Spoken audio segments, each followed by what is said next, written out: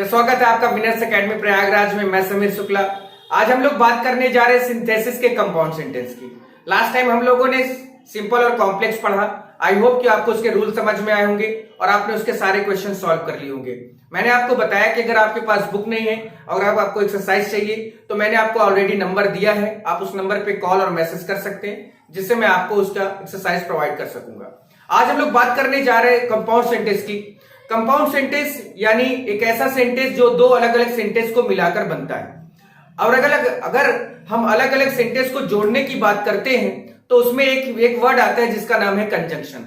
Conjunction ही क्या होता है, एक सेंटेंस को दूसरे सेंटेंस से जोड़ता है। हम लोग बात करेंगे कंपाउंड में कोऑर्डिनेटिंग कंजंक्शन की, क्योंकि कंजंक्शन दो तरह के होते हैं, एक सबऑर्डिनेटिव होता है और एक कोऑर्डिनेटिंग होता है। कोऑर्डिनेटिव कंजंक्शन में हम लोग बात करने जा रहे हैं चार तरह के कंजंक्शन की।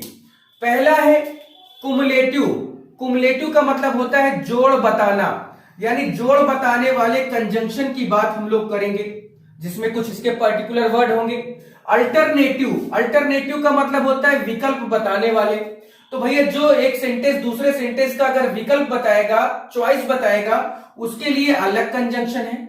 इलेटिव यानी परिणाम बताने वाले। जब एक सेंटेंस दूसरे सेंटेंस के बारे में परिणाम बताता है तो उसका एक अपना अलग कंजंक्शन होता है। और एडवर्सिव यानी विरोध बताने वाले कंजंक्शन।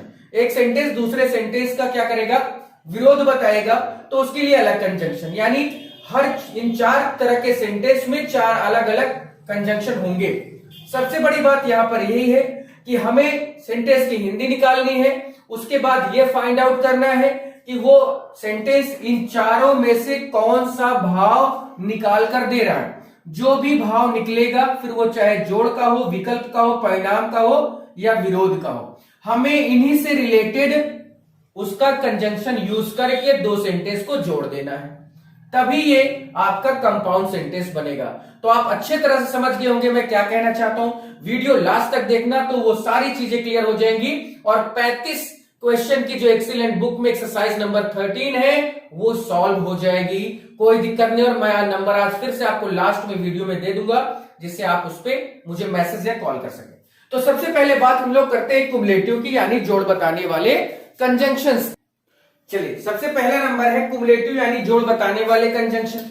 तो इसमें देखो चार तरह के कंजंक्शन होते हैं, जिसमें आपको पता होगा कि एंड का मतलब क्या होता है, और होता है। एज वेल एज का मतलब क्या होता है, के साथ या साथ साथ होता है, के साथ या साथ साथ होता है। नॉट ओनली का मतलब होता है ना केवल, ना केवल। और बट आल्सो का मतलब होता है बल्कि। ठीक है। बोथ और एंड का मतलब होता है दोनों, और एंड का मतलब है और। अब जब हम एक सेंटेंस को दूसरे सेंटेंस से जोड़ने का काम कर रहे होंगे और सेंटेंस की हिंदी कुछ ऐसे निकल रही कि यहां पर केवल और केवल, ना तो विरोध, ना तो परिणाम, ना तो विकल्प, इन तीनों की बात नहीं हो रही। बात किसकी हो रही, सिर्फ सेंटेंस को जोड़ के लिए, जोड़ बताने के लिए। तो इन चारों में से एक हमें कंजंक्शंस का यूज करना है और आगे बढ़ जाना है। अब देखो, जैसे मैं एक सेंटेंस लिखता हूं कि Ram is a singer, full stop करके, राम इज ए डांसर। अब इस सेंटेंस को समझते हैं। हिंदी क्या है कि राम एक गायक है, राम एक डांसर भी है, यानी राम सिंगर है, डांसर है। तो राम सिंगर और डांसर है, अपने आप जबान पे आ गया। अब हमें बात ये करनी कि क्या ये सेंटेंस राम सिंगर और डांसर, क्या ये विरोध बता रहा है, क्या ये परिणाम बता रहा है, या क्या ये विकल्प बता रहा है। और इन चारों में, तीनों में से कोई बात ऐसी नहीं है। तो आप इन चारों में से किसी का भी एक यूज कर दे, क्योंकि भैया जहां एंड यूज हो सकता है, क्या वहां एज वेल एज यूज नहीं हो सकता? हो सकता है। जहां not only but also use हो सकता है, क्या वहां both and, as well as और एंड नहीं हो सकता? हो सकता है। देखिए, जैसे कि Ram is a singer as well as a dancer, ये हमने कर दिया। हम चाहते तो एज वेल एज की जगह राम इज सिंगर, यहां पर हम चाहते तो एंड भी कर देते, कोई दिक्कत ना होती। हम इसको ऐसे भी कर सकते थे कि Ram is both singer and dancer. देखो हमने ये भी कर दिया। एक चीज और इसका कर सकते हैं कि not only Ram is singer but also he is a dancer, ये भी कर सकते हैं। या ऐसे ही कर सकते हैं कि Ram is not only singer but also dancer. अब देखो चारों का यूज एक ही सेंटेंस में हमने कर लिया ना, चारों का यूज हमने एक सेंटेंस में कर लिया, क्योंकि चारों का यूज होगा किसके लिए? तो भैया जोड़े बताने के लिए तो करोगे ना। ऐसा तो है नहीं कि एंड का प्रयोग किसी और चीज के लिए हो रहा है, एज वेल एज का प्रयोग किसी और चीज के लिए हो रहा है, नॉट ओनली का यूज कहीं और हो रहा है, बोथ एंड का यूज कहीं और हो रहा है। तो भैया चारों का यूज जब एक ही कंडीशन के लिए आया है तो चारों में से चाहे जो कर लो, कोई दिक्कत नहीं है। चाहे जितने सेंटेंस आ जाए, बस आपको सही हिंदी निकालनी है, और हिंदी निकालने के बाद उसको आराम से आप एक एक करके आराम से यूज कर सकते हैं। चाहे चारों एक सेंटेंस का 4 बना दो, चाहे 2 बनाओ, चाहे 3 बनाओ, चाहे 1 बनाओ। अब ऐसा ना करना कि एको ना बनाओ, ठीक है। चलिए नेक्स्ट वाले में बढ़ते हैं, यानी अपने अल्टरनेटिव वाले में। चलिए सेकंड है अल्टरनेटिव, यानी विकल्प बताने वाली कंजंक्शन। विकल्प बताना क्या है? यानी जब कोई एक कथन, एक सेंटेंस का कोई एक स्टेटमेंट दूसरे सेंटेंस के स्टेटमेंट का क्या होगा? विकल्प हो। जैसे ट्यूसडे का विकल्प मंडे भी हो सकता है या वेडनेसडे हो सकता है। हमारे और आपके यहाँ पे क्लासेस भी MWF TTS के नाम से चलती है, उसी को हम लोग बोलते हैं ना अल्टरनेट क्लास चल रही है। अल्टरनेट का मतलब ही अल्टरनेटिव होता है। अब यहां पर बात क्या है? यानी जब कोई ऑप्शन आपके सामने एक ऑलरेडी हो तो वो आपके लिए क्या होगा? विकल्प की तरह होगा, चॉइस की तरह होगा। ये आपके ऊपर है कि आप उन दोनों में से कौन सा यूज करना चाहेंगे। यहां पर हम लोग 3-4 कंजंक्शंस की बात करेंगे, जिसमें सबसे पहला नंबर है अदरवाइज। और अदरवाइज का मतलब होता है नहीं तो। अब नहीं तो का मतलब जैसे जियो नहीं तो मर जाओ, तो जीना और मरना दोनों ऑप्शन में है, जो आपको करना है वो करो। पेपर की तैयारी करो नहीं तो फेल हो जाओगे, तो या तो पेपर की तैयारी कर लो या तो फेल हो जाओगे। ऑप्शन 2 है, या तो पेपर या तो फेल। तो उसी तरह से आइदर और, आइदर का मतलब होता है या तो, और का मतलब होता है या। नाइदर का मतलब होता है ना तो, नॉर का मतलब होता है ना, और का मतलब होता है या। इसकी तो हम लोग आदी हो चुके हैं, है ना। अब इन चारों में से जो भी आपको सुटेबल लगे सेंटेंस के हिसाब से आप वही काम करें।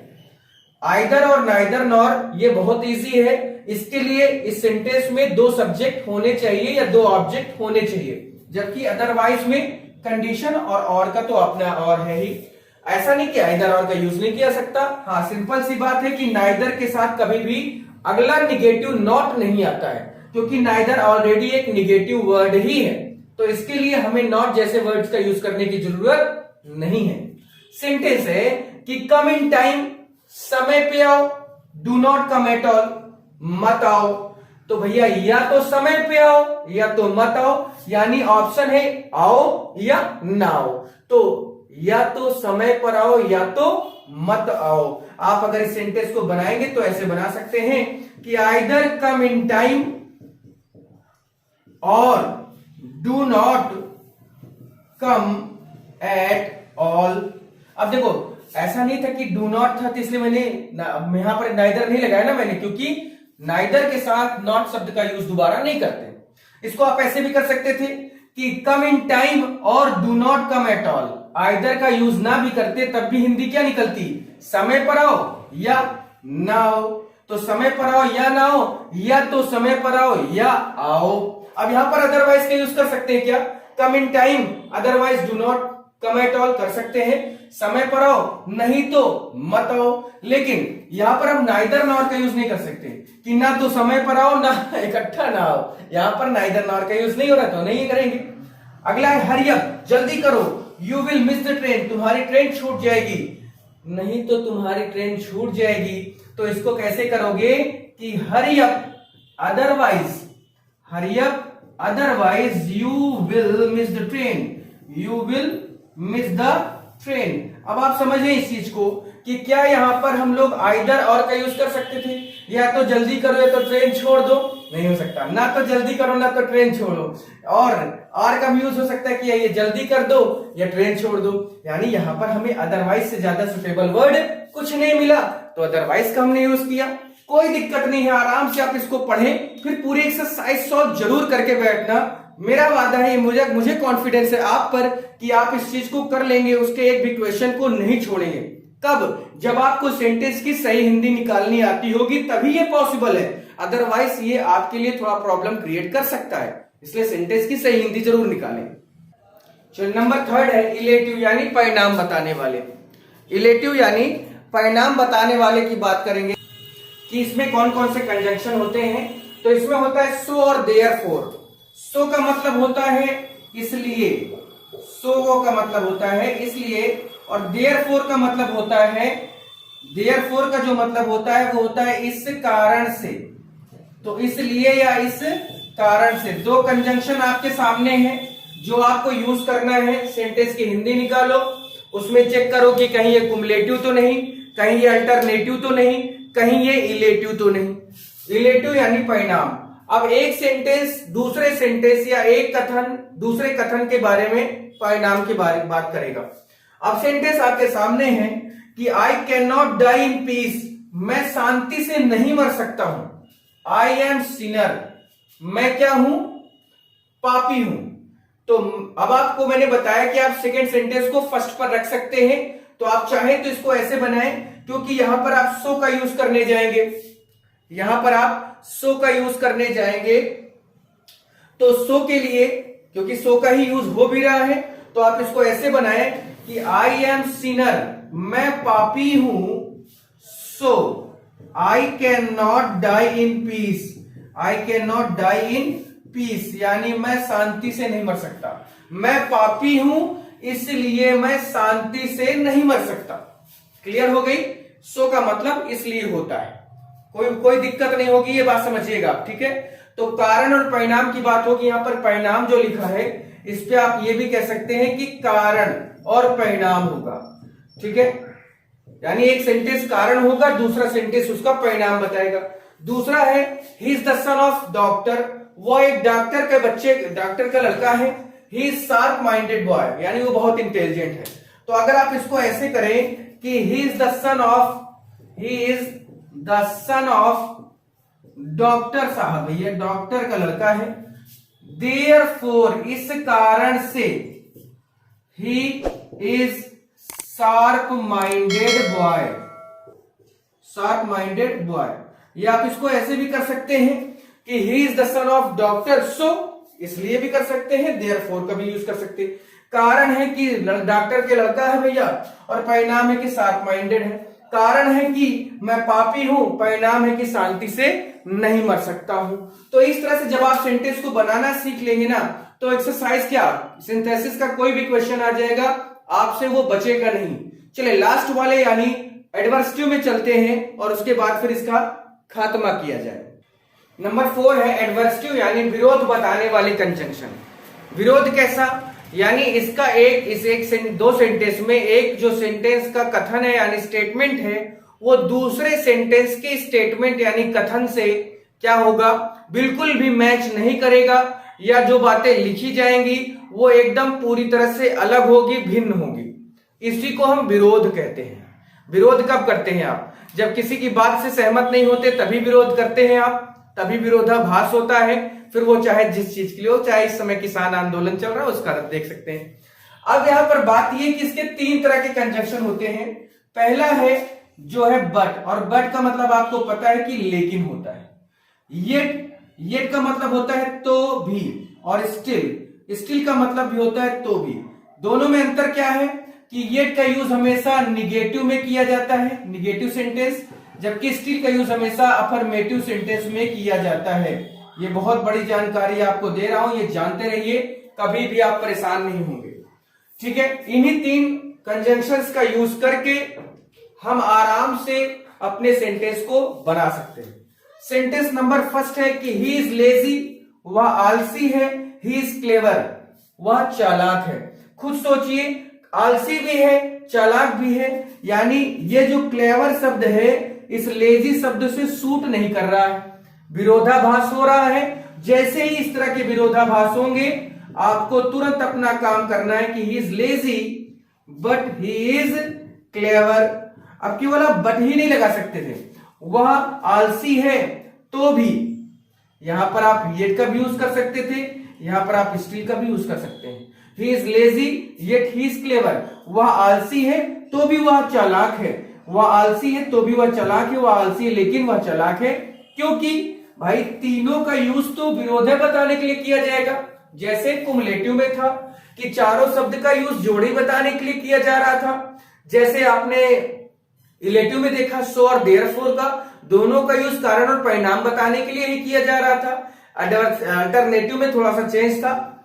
अब जैसे ही इज इल, यहां पर सेंटेंस है ही इज इल, ठीक है, सेंटेंस है he is ill, he scored good mark, वो बीमार है उसने अच्छे नंबर पाए। यहां पर वॉज कर दे तो ज्यादा अच्छा है कि ही वॉज इल, वह बीमार था, वह अच्छा नंबर पाया। अब सोचिए कि थोड़ा सा यहां पर दोनों में समांतर वाली चीजें नहीं आ पा रही, क्योंकि बीमार है और अच्छे नंबर पाया, यानी अच्छा नंबर जो पाया वो तो ठीक है, लेकिन उसके बीमार होने से ये अच्छे नंबर पाना थोड़ा सा विरोधाभासी है। तो जब ऐसी कंडीशन आएगी तभी हमें अपना जो यूज करना क्या है कि ही वॉज इल, ठीक है, येट का यूज क्योंकि निगेटिव नहीं है, स्टिल कर दीजिए, ही स्कोर्ड